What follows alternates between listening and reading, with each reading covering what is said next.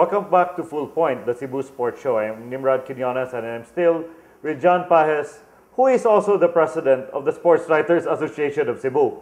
So, well, John and I do share a lot of things in common. Aside from the fact that we're also related by blood.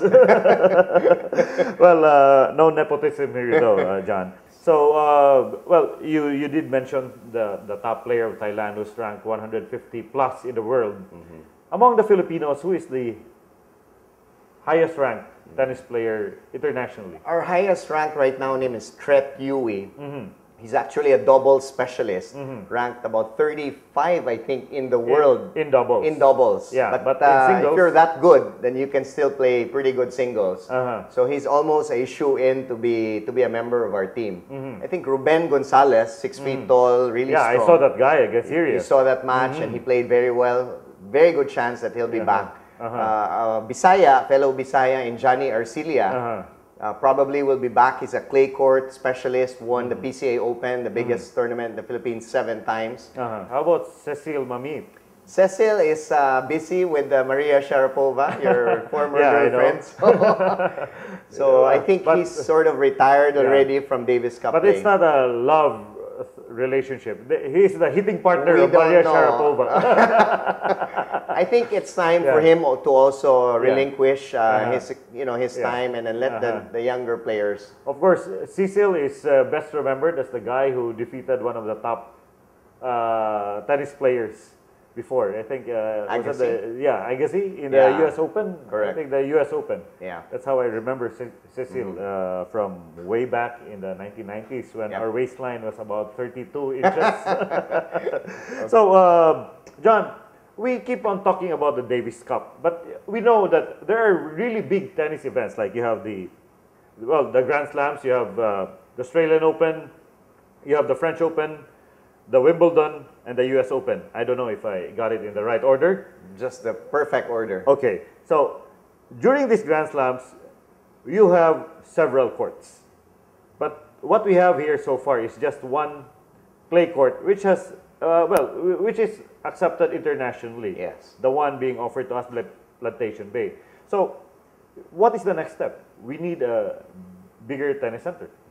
You know, Nim, it has long been a dream to build a tennis center in Cebu. In fact, in the whole Philippines right now, there's no facility or no LGU or city that's laying claim to the title of having the center court of Philippine tennis. And I think with the momentum that we've generated with Davis Cup, I think now is the perfect time for us to build that tennis center. Maybe 7 courts. You have a center court there. If we have that, we can host international events. We were in Malaysia last year and they have a nice facility and it really brought so many players to their city. So how many hectares would you need to build this facility? 1 hectare is more than enough. That will already house a clubhouse, a small restaurant, 7 courts including a center court.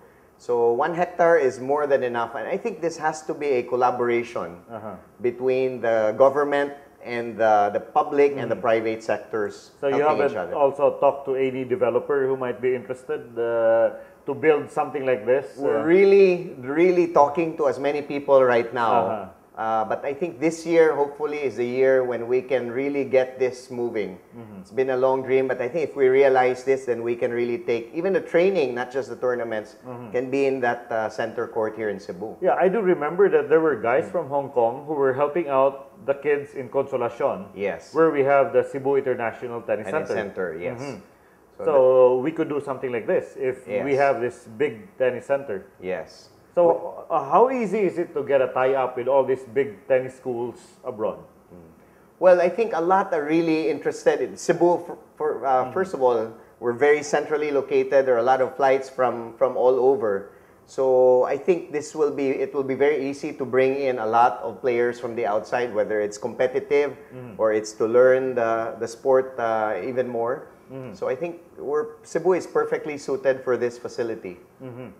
Well, you know, the first time I met John Pajes was back in college, and when he went to UP, the big buzz was that we have a top-notch tennis player who has enrolled in this school and is going to be a shoe-in for the tennis gold in the intramurals. You still remember that? That was way back Never mind. 1989 or a long time ago. Yeah. Anyway, John, I know you have so much, you have a lot of vision for tennis. You look forward to seeing this happen. But for now, what can we do with the existing facilities that we have? We have a few good courts. Like there are 2 courts, I think, in Camp Lapu-Lapu, which hosted an international event also many years ago. Yes, Yeah. a long time ago. Yeah, I remember and that. then, well, of course, we missed the Cebu Tennis Club. Yeah, 5 courts there. Well, Nim, the good news, apart from the Davis Cup in the tennis scene in Cebu, is we actually have several of the top-ranked junior players coming from Cebu. So that's the good news. Although we don't have that, we have that SITSI in Consolacion. Yeah. But there's a lot of training ongoing, and we have a lot of tournaments. Summer is coming up.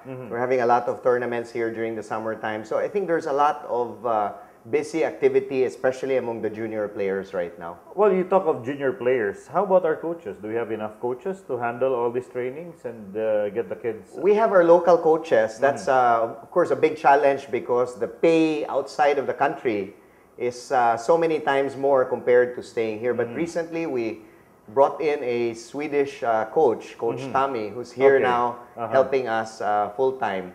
So we're very fortunate to have Coach Tommy here. So you're paying him much.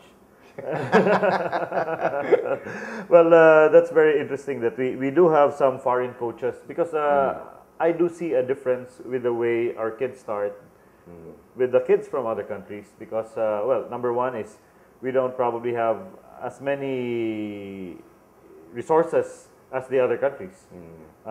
So aside from the, well, the knowledge, do they also bring in some new equipment or new techniques in terms of training? Yeah, like Coach Tommy, for example, has this application on the very simple mobile phone which records in slow motion player shots, and it's you cannot compare what you can see in a slow motion camera. You can really pick up a lot of things to improve. So that's very interesting. So you will see how bad your forehand and backhand is, where you twisted it wrong or where your grip it will be is so a bit obvious, loose. so obvious with the slow-mo. Okay, well, John, well, we've talked much about tennis, and after this break, we're going to discuss if you want to get your kids into tennis, what should you do? Just like John Paez, he has a daughter who's one of the top tennis players, not only of Cebu, but of the country. We'll be back after this break.